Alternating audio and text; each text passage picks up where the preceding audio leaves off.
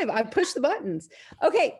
Good morning. This is Elise Buie, and we are here with the Maximum Mom podcast. And of course, I'm going to explain why I look like I've been in a bar fight. I have not been in a bar fight, but I did have a little skin cancer surgery on Friday. So they had to like zap it out, get it out, do some stitches, stitch it up. So I'm here with Théda, and thank goodness Théda knows me and she knows I wasn't in a bar fight. And so we were just able to get past this. So of course I forgot this was on Zoom initially when when I looked and woke up this morning, I was like, oh my gosh, I have to go on Zoom with my black eye and the whole bit. But I figured, this is me today. So here I am, Monday. Théda, thank you so much for joining me today. And I'm sorry for the distraction. You just ignore it though. You just pretend it's not there. Well, you have assured me that it's going to be okay. So, Absolutely. okay, good. I'm And glad. thank you so much for joining us. I mean, I want you to tell our listeners all about you, like, where's your practice? What do you do? And then of course, well, you just tell us that first and then we'll go from there. Okay, so my practice is in Frisco, Texas. And Frisco is a suburb just north of Dallas. And I am the reconstructionist. So I help people who are going through difficult situations reconstruct their lives. So what does that mean in terms of being a lawyer? Well, that means I file bankruptcies for people and help them discharge debts or maybe repay some debts. And I also help people file for divorce and represent them in that capacity, or maybe it's a modification of their parenting time or a modification of their child support. So that's all involved in reconstructing lives. I was going to say, you really are a reconstructionist then. If you deal with both bankruptcy and family law, I mean, those are serious areas of reconstruction. Yeah, I tell people that what I do, it's sad. It can be really sad work. And Yeah. so it is my privilege to be able to walk alongside people during sad times. And my job is always to make sure that when it's over, I've put a smile on their face. Oh, I love that so much. That makes me really happy to hear. I mean, I feel the same way when I talk to people. A lot of times I work as a guardian ad litem or a parenting evaluator in some really high conflict cases.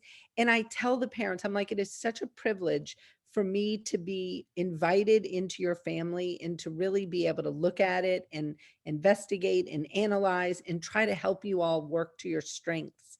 And, really, because people are at their very worst often during these difficult times. And I think it's lovely that you want to put a smile on people's faces because, I mean, they do have a lot to look forward to once they can get some of that reconstruction done.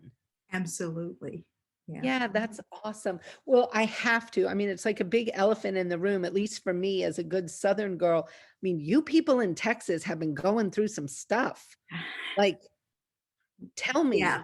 what is going on in Texas? So apparently there are still people without power, which we never lost power we didn't have the rolling blackouts, which we did have 10 years ago when this happened. In fact, it fried a hard drive on my main computer for work that week. So I was all excited that I was getting work done and then fried my hard drive. And that's like putting you back a few months in time. And so this time around, we have surge protectors in our house. So we were prepared in case we had rolling, but we didn't have rolling. We never lost water.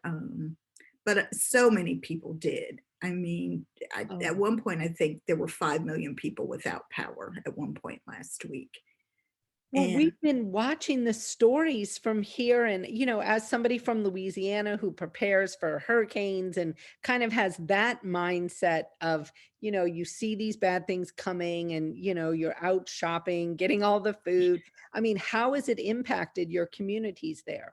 So there's still limited food in the grocery stores right now. A friend of mine ventured out to Kroger on Saturday. And so she texted me and said, if I can find milk, would you like some milk? but there was no milk. Oh, wow. But today there was milk in the store. And I feel sorry for moms with babies. I mean, Oh, it's just my husband and I. We really, I mean, if you ask the health food people, we probably shouldn't even be drinking milk, even though we have 2%. But for people who have kids, my assistant went to Kroger or Target last Tuesday, and she took a picture of the shelves because the whole refrigerated unit where milk is was empty. Just wow. amazing. Well, So I would think the supply chain was really impacted by the yes, weather. yes, because then the trucks couldn't get through to make deliveries. So that's why on Saturday, even though the sun came out and it was 40 degrees and the snow was melting and the ice was melting, there was still not a lot of just basic supplies. When I placed my grocery order this morning, eggs were not available in the store. Wow. I So, mean, it has been wild to watch from afar people melting snow in bathtubs to flush their easy. toilets. Yeah. And there's a lot. I've had a lot of friends who have had flooding in their homes and their offices. Mm. And so there's a lot of cleanup that will need to be done and just a lot of property damage. I cannot imagine the insurance claims that are going to be coming through. Oh, I mean, it's like a hurricane. I mean, it's the same kind of thing where all of a sudden businesses stop, damage to places. You try to get contractors out, and that's just impossible. So Yeah. these places that are damaged are likely going to be waiting for a long time to even get fixed. Yeah. And then they did open up some warming centers last week, but we are still in the middle of a pandemic. So Right. there were probably people who were reluctant to go to a warming center because they didn't know what they would find there and or what the Right. accommodations would be. And so it's these are tough times right now. I would say they really, really are. I mean, well, tell us, I mean, how is that impacting you in when we talk about you being on this podcast, we talked about dealing with that older generation too, and Mhm. what that looks like. I mean, how has that been impactful? So I'm not really sure. We did send a message to, I represent a lot of what people would call older, but the older you get, the more old isn't really old. But but we did send a message out to clients, hoping that they were okay and trying to provide some resources for them, letting them know where the warming centers were and Salvation Army information, Red Cross information. But we haven't heard of any clients who have been significantly impacted as of yet, anyway. It could be that they didn't have internet and Right, so they didn't get the message that we sent. So, right. How mhm. much warning did you all get that this was coming? And I mean, and did you understand it to be like we would lose water and power? No, no. So we knew that we were going to have bad weather, and that's so people started grocery shopping the Friday before. Hmm. And Saturday, I went to the post office early Saturday evening, and it was cold, but no snow or anything. And Sunday, it started snowing. We got messages from the power company that to expect rolling blackouts and with instructions to unplug everything that was not necessary and to turn your thermostat down to 68. And of course, I'm no expert on the power, but apparently they thought they were going to do rolling blackouts. So when they tried to do rolling blackouts, some of the equipment was frozen. So once they rolled, they couldn't get people back on. So that's why there was a lot of power outages. I've done a lot of reading on electricity in Texas last week because I couldn't figure out what's going on. And now what we're seeing are electric bills because the Public Utility Commission had an emergency meeting and voted to allow the utility providers to essentially pass these costs on to consumers. So people who had no power are now receiving utility bills in the thousands of dollars. Are you kidding me? No. Oh my gosh, that's going to be interesting. I would It, think that's going to impact your business when um, people are looking at, I mean, I would think many people aren't preparing for multiple $1,000 utility bills right, after having no power. right. And Wow, maybe they couldn't work and didn't get paid or something. I don't know, but that'll be interesting. it will be interesting. And that's something that I think we will see the impact several months down the road. What do you do about this? Because Absolutely. there is deregulation. And so in most cities where you live, the power company is the power. It's, and I grew up in Michigan. I grew up in Detroit. It was Detroit Edison. That was the power company. Here, there apparently are hundreds of power companies. So you choose. Oh, And then I just saw an interview with one woman who got a message on Saturday, and she had 13 minutes to select a new electric provider. So oh my gosh. I think that consumer protection lawyers might be busy in the coming months. I just think that it's going to be the wild, wild west, I was literally. about to say it is the wild, wild west, Yeah. splashed with a little ice. And how did Dallas fare compared to Austin? Was it? So at one point, I heard that Austin had about 40% of the population without power. And I haven't heard in terms of Dallas. It sounded like they had gotten hit first. I was on a Zoom Friday afternoon with some lawyers from Lufkin. Mhm. And the city of Lufkin, the lawyer was joking and said, none of us have bathed in 3 days because the entire city has no water. Wow. Just amazing. Yeah. And someone else who was stuck in his house in Tyler. And that's all that is east of Dallas for people who Right. don't really. I've lived in Texas more than 30 years. I'm still not really sure where Lufkin is, Well, but it's a big state though. it's a big state. Yeah. Oh So, yeah. Texas is a vast, yeah. vast place. And I really haven't explored. I've been to Houston, Austin, San Antonio, Dallas, and Right. Tyler, but I have not hit Lufkin yet, but I understand it's east of Dallas. Okay. Yeah, Mhm. well, it's been really interesting to just see the developments and see what people are going through. And I don't know, I think it brings back like Hurricane Katrina to me, when all of a sudden all this stuff just hits the fan and, your regular life just gets so disrupted. Yeah, And I mean, it's, the same kind of thing, and people's businesses aren't prepared. I mean, who's prepared to have their business flood or, like right. that is a huge, huge problem in and of itself. And you were mentioning even the court possibly suffering some flooding. Yeah, I mean, that's going to be a huge thing, not to mention just the pandemic, right. To layer that on top of a pandemic. Yeah. Yeah. So, and I it mean, was it's it striking. was stressful, even though we didn't lose power. It was stressful because you wanted to check on everybody, and so you're constantly checking on people Right. every few hours. Are you okay? Now mind you, everyone is iced in. So it's Right. if somebody said, no, I'm not okay, I'm stuck, it's not like you could jump in your car and go get them. Right. So Right. it was Yeah. pretty scary. It But is pretty scary. I think it's going to be 60 degrees today. Well, then hopefully everything will melt. I mean, that's still there.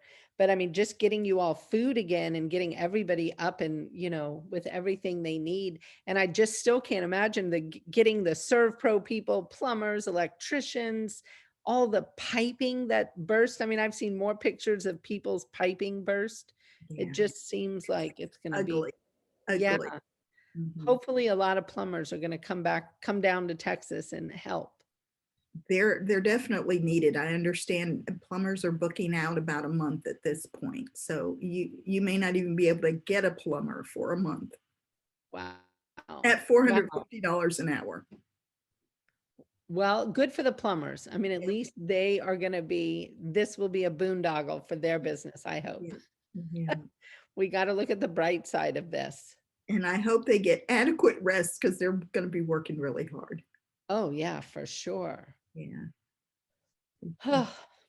Well, okay, so back to our initial, I mean, tell me a little bit more about when you reached out about being on this podcast, what were you thinking about with regard to, because this podcast, as we think about it, I think of it as like people who, moms, and I think of moms as a broader term, as caretaker types, those of us that are being caretakers in some way, running law firms, being attorneys. I mean, it's a real trifecta of things.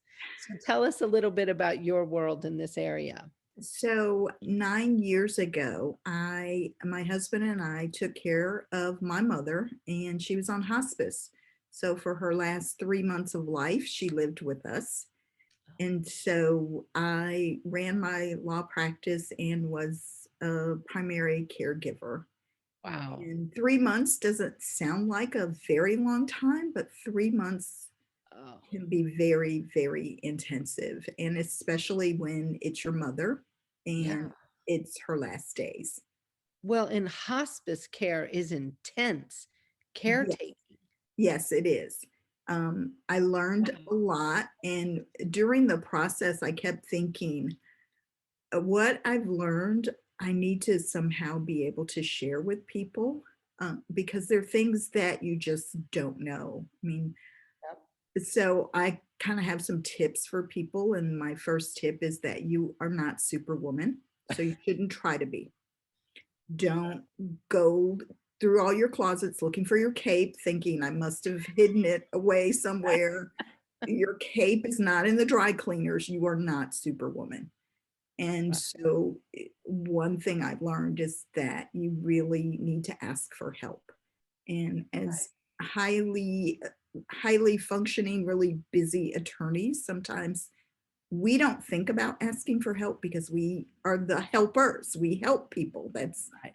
our job. But you really do have to ask for help. And even when her oncologist told me her diagnosis and she can't live alone, she's got to go somewhere, and it's like, well, what do you do? I've never been in that situation.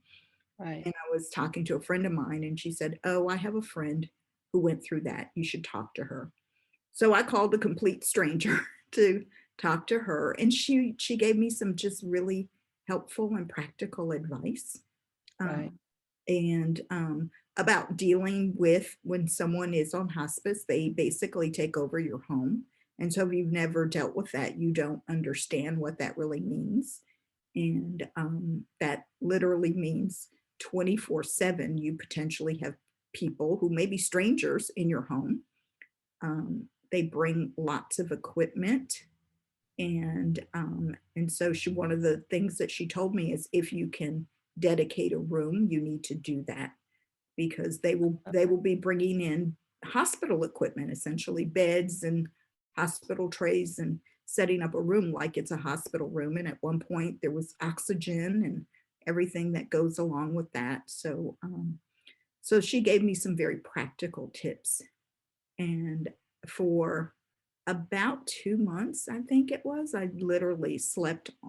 For the time that I did sleep, I was on the couch, so I could be close to where she was, and in case she needed something. And the medications that you're responsible for, and with hospice, they have 24-hour pharmacy delivery, which I did not know, Oh, wow. because the types of drugs that they provide, apparently these drugs have a street value. Oh, Think about fentanyl, right. Prince, and he died from a fentanyl overdose. So they provide drugs in very small quantities, and because they do that, they deliver 24 hours a day. And Wow. at the time, we had two dogs. Both of them have gone over the Rainbow Bridge, but can you imagine what that does to dogs when you're constantly getting deliveries? And I had a little Maltese, and poor thing, she literally ate the fur off of her back leg because she was so nervous and anxious with all the activity in the house. Um, Wow. and especially when you have crisis care. So you have nurses who are coming 24/7 and they have their shifts. And so it's, I just can't even, I mean, I can imagine it because I've dealt with my parents and my grandparents, not in hospice though, but where they would have strokes and then they would come home and we would have that kind of in-home care. And it's like getting a crash course in all the things that you don't right, know. I right. mean, just giving shots to people I was like, what? I'm supposed to do what? Yeah. And that's a lot. It is a lot. And I can't imagine you trying to run your business at the same time that this is going on. I mean, you barely know if you're coming or going. Right.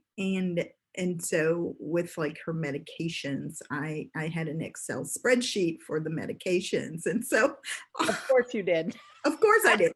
And so all the hospice nurses who would come in, they'd say, "Oh my goodness, this is so organized."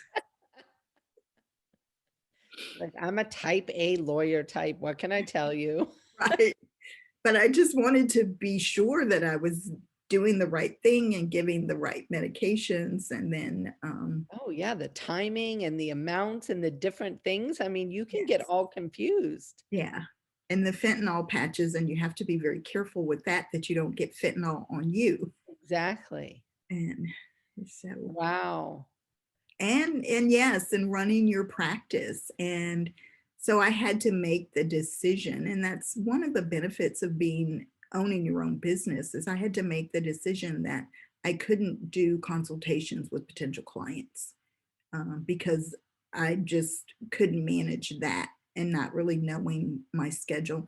In addition to the fact that I didn't feel like I could really be there for people.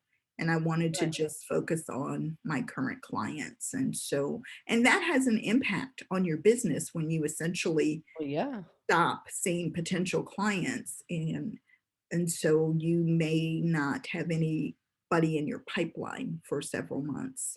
Right. And so then you have to regroup from there. And Right. so after she died, then it was like, okay, now I have to get back to work. And you really need to do a lot of self-care, which I Yeah. did not do. I just immediately went back to work. And at the same time, I was moving my office. So moving my office and closing down her home. So packing up everything with her home and moving out of my office. And I had 2 weeks to do all of this. Oh my gosh. And so, and then I was moving to a new office and the build out of that and trying to manage that. So probably about 18 months after that, I got mono. What a surprise. Yeah. What a surprise. Yeah, because I really didn't take good care of myself. I just made sure everyone else was taken care of. So you really I do. mean, Self-care is important. self-care is so important, and I know it's something we talk about a lot with moms, and I mean, it's the same situation being a caretaker where we will put other people's needs ahead of our own time and time and time again, and I don't know how we break away from that. I mean, because I so many of us do it, and it's just this ubiquitous problem, and I'm the queen of it. I mean, I stink at this. Like, I'll be like, I'm fine, like, let's just focus on whoever else needs to be focused on, and I mean, my husband has gotten pretty good now where he's like, now, if this was switched, would you be okay with me doing this? And I'm like, well, of course not. I would never. And he's like, okay, then hush up, wife, we're going to take care of you. But Right. it's a problem. Yes. And when you kind of think of mono as being like the teenager's disease, Yeah. um, and it's not. But when you're older and you get mono, it takes a lot longer to Oh, come yeah. back. And so it took about 2 years for me to recover from mono. Wow. I hear though that it can be really debilitating when people Mm. get it older, and it can impact your organs, differently. And Yes. yeah, And in fact, I would go to the doctor and she would say, well, you've got this wrong, this wrong. And I finally started making a list in my phone. And so if people would say, well, what's wrong with you? I'd tell them, well, let me pull out the phone and give you the list because I can't keep up. isn't that, it's just, it's amazing to me when you think about trying to do, and how all of a sudden too, like you were going on in your life and then all of a sudden it gets just upended, and your home is taken over. Well, and the focus you have to be able to be present for a person as Mm. they're getting to the end of their life. I mean, those are really just important times. I mean, and it's a blessing in many ways Right. To because be you were able able to spend that time. to. Mhm. And you have to, you're juggling a lot of balls because you're also not just the hospice, but at one point she got really sick and had to go actually in a hospital. And so there was that issue. And then she went to rehab and then came back. And so there's just a lot going on all the time that you are very, very focused, intently focused on being a patient advocate. And Exactly. Yes. That is, I mean, don't you think that by itself could be a course for people on how to be a patient advocate? right. I find that as a parent in dealing with pediatricians, like you would go with your child to the pediatrician and say like, this child isn't sleeping right. And some of the pediatricians just kind of look at you like, pat you on the back, like, yeah, yeah, little mom, I'm sure your child isn't sleeping well. And there was one of our kids literally who didn't sleep in a 24-hour period. I literally saw every hour on a 24-hour clock for weeks. And so I started logging it. Every time I looked at the clock, I would just write down. And I was like, do you notice how much I'm awake? And I'm like, this is because this child is awake. And finally, when I would bring that in, he was like, oh, maybe you are right. He really isn't sleeping at all. And I was like, which part of he is not sleeping at all did not resonate with you? Yeah. No. And I Yeah. think being a patient advocate is a really important role. It's critical. It really is. And with a parent who's on Medicare, you have to understand Medicare. You have to understand supplemental and what they have. And my mom was very strong-willed and tried to be independent. And so she never wanted me involved unless she needed me involved. It was her choice. So a lot of things like, I don't know, I've got to figure this out. And so Right. knowing who to call was important too. Right. Now, did you end up getting things like medical power of attorney and stuff, or how did that work for you all? Was she able to keep it? I did have that, and I had gotten that maybe a year before or Mhm. something. And that was a struggle, but I did have Right. that. But when my mom died, she was 86, which sounds like, oh my goodness, that's old. But her mother died at 104. Her mother had died at 109. And so there was never an expectation that my mother wouldn't also live to be 100. Wow. That's amazing. You have some wild genes. Yeah, I think I'm going to be practicing law for a long time. For real. I love that. That is awesome. Those are some strong female genes you've got in your family. Yeah, my grandmother worked until she was in her 80s. And so Wow. I'm not sure I'm going to be running a law firm when I'm in my 80s. That's not quite my plan, but maybe doing a little coaching of the younger lawyers or something. Well, tell us, what are some tips you would give to younger lawyers, like as people are starting their law firm? I mean, we have so many listeners who reach out to me who are literally brand new law firm owners. I mean, they're hanging their shingles, some of them during the pandemic, and I mean, what are some of the things that you would say, like if you could think of 3 things that you would recommend for somebody who is hanging a shingle, what are those top 3 things? So my law firm will be 19 in April. And I did a few other things before I went out on my own. I was in a small law firm, couple of small law firms. I was in-house at a major corporation in the Dallas area. I also worked on the business side in corporate. And so, which I think gave me some good skills for running a business. But there are so many options available for people now that were not 19 years ago when I decided to hang out my shingle, as they say. And so I would say get really good systems in place from day one. And certainly, especially younger people, they understand a lot more of the social media Right. and virtual. I know you've been virtual for a while, but Yeah. literally, I am a girl who loves paper, loves paper. So, when we had even though lawyers could have, we had emergency shutdown in Texas, but lawyers were considered essential, so you could keep your office open. But I was concerned about my clients, and I didn't want to have people coming in my office and potentially infecting other people. And so I thought I was sort of virtual because my practice management software, it's not software, it's in the cloud. My practice management system is in the cloud.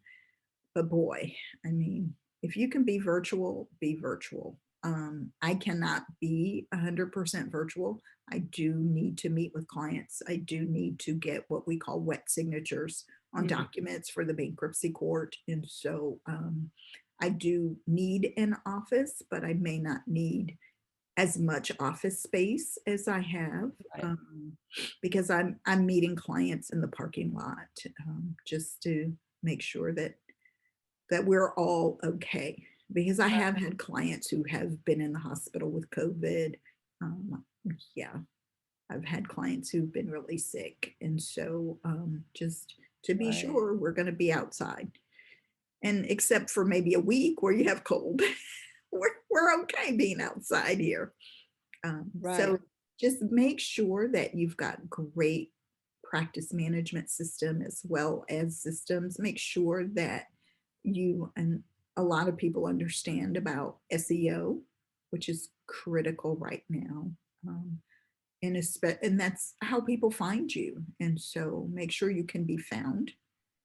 And I am a bar junkie. I am a firm believer in bar associations and being involved with your bar associations, because you get to know lawyers who maybe practice in other areas as well as lawyers who practice in your area. So you have an opportunity to meet people and get a Right. mentor or 3 mentors, maybe even. But you really need a good network of people you can call on and ask questions. When my mom was sick, I mean, there are a lot of things as attorneys we can delegate. One thing you cannot delegate is court appearances. And if you are a solo, you're going to need people who can make appearances for you in court. And maybe even if it's just to say, Miss Page is out because she's taking care of her mom. Right. So make sure that you have that network of people. And a bar association is a great way to do that, is to make those connections and make friends. I mean, you really can make lifelong friends with other attorneys in your Absolutely. area. Yeah, I think that's very important. And I think sometimes people forget about just that basic, let's meet all the other lawyers in your area that you can meet. I think it's critical. Yes. And And I mean, it's great to have referral sources, both for you to refer business to, and then possibly to get business from as well. yes. And yeah, I agree. Theta, I so appreciate you talking to me today. And I mean, I've been worried about all you people in Texas. It has been a wild, wild thing to watch from afar. And I'm Rightfully really so. glad you are. Yeah. Should be worried about us. Yeah, well, and I'm glad you've been okay, but I mean, I hope you all continue to be okay. And if there's any organization like Texas organization that we can give to, if you would shoot me a note about that, we can put that in the show notes, because I know a lot of people have been looking for various Texas organizations to donate to, at least around here. I mean, I've seen many posts on social media where people have been looking for Texas organizations. So I would appreciate any information you can give us in that regard. Absolutely. Minnie's Food Pantry in Plano, I mean, they do a fabulous job of feeding Oh, people. Cheryl okay. Jackson founded that and she named it after her mom. And it's just, it's a great, great organization. And they were on the ground Saturday passing out food to people. Because That even people who they may have had food in their refrigerator but lost power, so they've right. lost all their food. Totally. Yeah, Yeah. that was always the hurricane dilemma. It's like, do we open this thing and try to cook as much of it? And we would sometimes, if the hurricane hit and we would lose power. One time we lost power on one side of our street and not the other. So all of us had extension cords running across the street. The whole street was lined with extension cords. It was pretty hilarious. But oh yeah, the loss of the refrigerator and the freezer. I mean, I can't tell you how many hurricanes, because they come in August and September, hot as the dickens, and everyone had just gone fishing. So you'd have these freezers filled with all this frozen seafood, and frozen seafood gone bad at freezer is one of the most horrible, rancid things you've ever seen. After Hurricane Katrina, I mean, I didn't think our house was ever going to get rid of that smell, ever. Yeah. It was bad. So yeah, I feel you. Okay, well, thank you so much. And it was great talking to you, and you stay well, and I appreciate it. Good to see you. Thanks Yeah, for you letting me too. share a few words of wisdom. Absolutely. Thanks, Theta. Enjoy the rest of your week. All right, you too. Take care of yourself. I will. We're going to get Scarfaced all proven, get it better. We'll see what it looks like in a while. Okay. Thanks, Theta. Bye-bye.